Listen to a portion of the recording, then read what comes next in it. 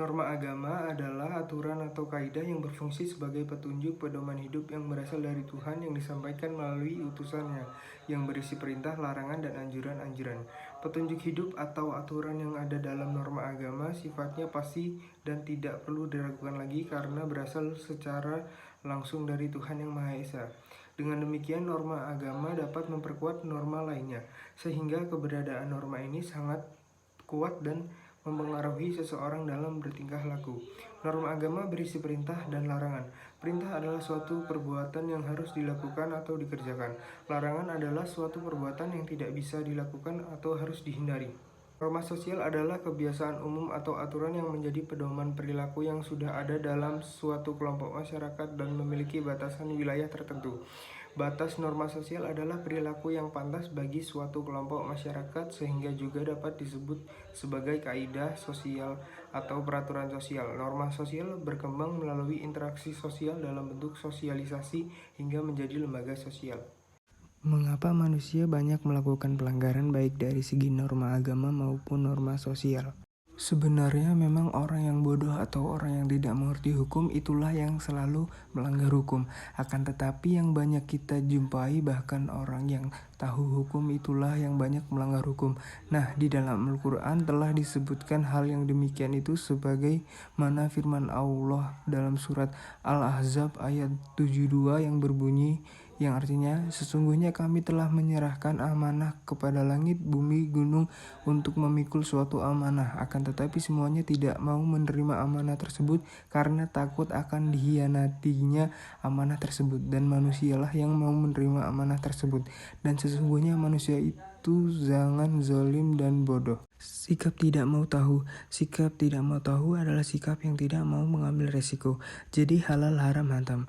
Yang penting mereka puas. Biasanya orang seperti ini telah menjadi penghambat bagi pencapaian keinginannya.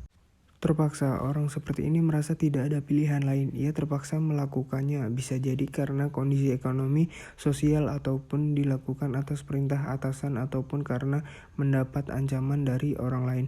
Kita menyadari bahwa dalam hukum Islam, bahwa berbuat melanggar hukum yang dilakukan karena terpaksa dibolehkan oleh agama, seperti di saat kita dalam kelaparan di tengah hutan, tidak ada makanan yang halal untuk dimakan. Tetapi ada seekor babi, ular, dan sebagainya yang boleh untuk dimakan. Maka dalam hal ini kita dibolehkan untuk memakannya sebagaimana telah dijelaskan dalam Al-Quran surat An-Nahl ayat 115 yang artinya, barang siapa yang dalam keadaan darurat atau terpaksa dalam melakukan perbuatan haram sekali lagi tidak menganiaya dan tidak berlebihan, maka sesungguhnya Allah Maha Pengampun dan lagi Maha Kasih Sayang.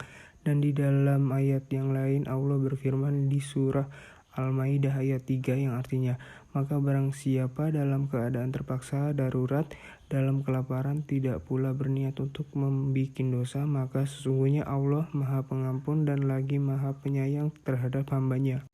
Tergoda akan sesuatu.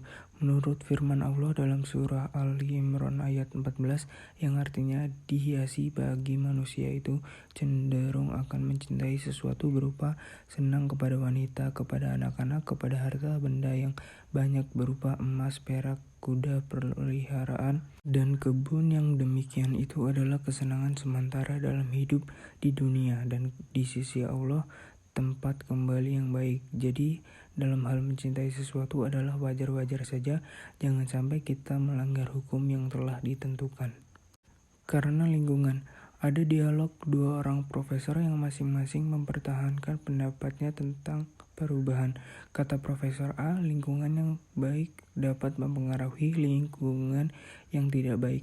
Lalu Profesor B membantah dengan katanya, itu tidak mesti demikian. Akhirnya dua profesor ini mengambil sampel kucing dan tikus. Profesor A punya kucing dan Profesor B punya tikus. Profesor A punya kucing yang dilatih sedemikian rupa bahwa kucingnya tidak pernah mau makan tikus. Dan pada hari pertama dan kedua setelah seekor tikus tadi dilepas, memang tidak mau kucing tersebut memakannya. Dan pada hari ketiga tikus tadi dilepas dan kucing tadi pun langsung menangkap tikus tadi dan langsung memakannya. Dari kejadian ini timbul pertanyaan kenapa kucing yang dilatih sedemikian rupa tidak makan tikus bisa memakan tikus tersebut dengan lahap. Jawabannya, pada hari ketiga itu, kucing itu lapar yang kebetulan Profesor A lupa memberinya makan. Dengan demikian dapat disimpulkan bahwa lingkungan itu dapat berubah keadaan yang baik menjadi tidak baik, lingkungan tidak baik menjadi baik. Pelanggaran terhadap norma sosial. Perilaku Indonesia kaya akan beragam unsur budaya dan nilai-nilai kepercayaan. Hal ini bisa jadi kekuatan, namun jika tidak dibarengi dengan kesadaran dan toleransi bisa jadi ancaman terhadap persatuan dan kesatuan.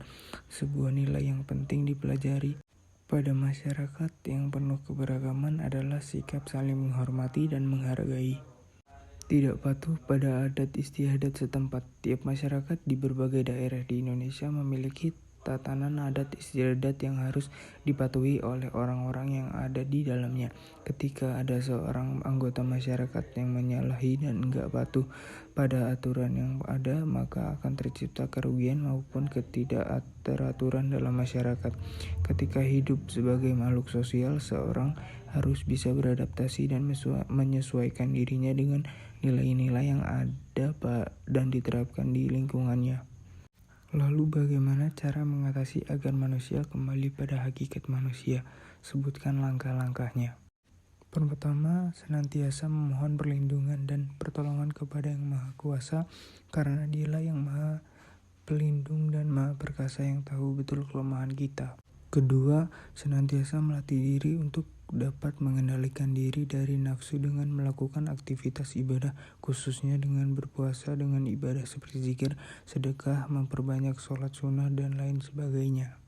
Ketiga, senantiasa menambah pengetahuan dan ilmu tentang hikmah dan kebijaksanaan dalam menjalani kehidupan.